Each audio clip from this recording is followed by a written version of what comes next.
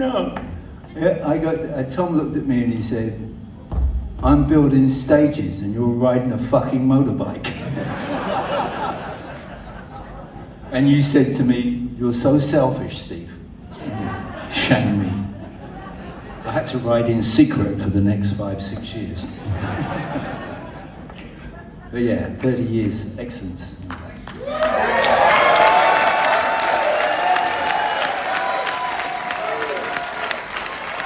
It all started with George Harrison doing an extra gig at the Royal Albert Hall.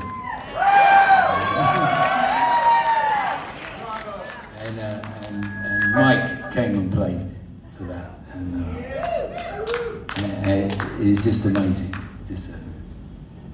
Never ceases to amaze me playing with this guy because he's a great, great player.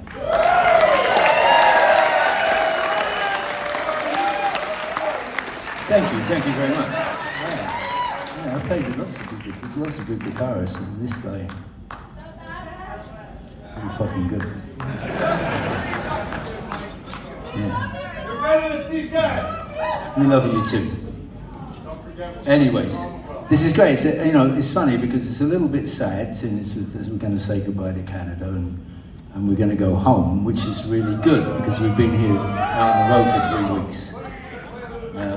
But we'll be back, I'm sure. There'll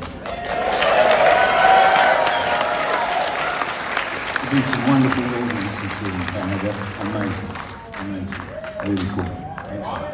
But it's strange because it's so fucking cold. I would imagine you'd be like.